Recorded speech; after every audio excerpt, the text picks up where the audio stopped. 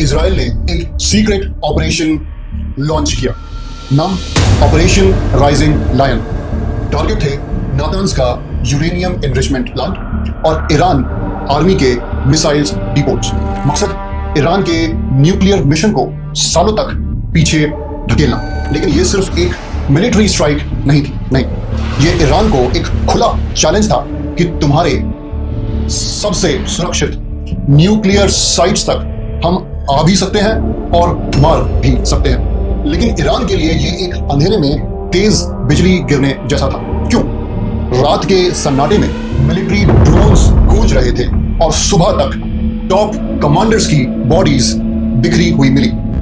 Senior nuclear scientists जो कल तक बंकर में महफूज थे या महफूज महसूस कर रहे थे, आज टारगेट लिस्ट में सबसे ऊपर थे। मिलिट्री की टॉप डिसीजंस लेने वाली कमांड चेन ही एक ही झटके में कट गई, खत्म हो गई। लेकिन यह सिर्फ एक शुरुआत थी। इजराइल ने वेस्टर्न ईरान के एक अंडरग्राउंड वेपन्स बंकर को उड़ा दिया और उसके बाद सीधा निशाना बनाया वर्ल्ड की लार्जेस्ट गैस फील्ड को, साउथ पार्स गैस फील्ड को, जो ईरान की इकोनॉमी की सबसे बड़ी नस है।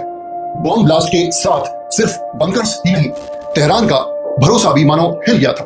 जब एक ही रात में मिसाइल्स भी जाएं और गैस की वॉल्व भी बंद हो जाए तो फैसला लेना तो मुश्किल होता है। इसी बीच तेहरान ने जवाब दिया। 14 जून को तेल अवीव में साइरेंस गूंज उठे जब ईरान ने 300 बैलिस्टिक मिसाइल्स फायर किए तेल अवीव पे, इजराइल पे, और कुछ मिसाइल्स रिहायशी इलाकों तक पहुंच गए। एक मिसाइल आयरन डोम को पार कर एक अपार्टमेंट बिल्डिंग के कोने पर जा गिरी।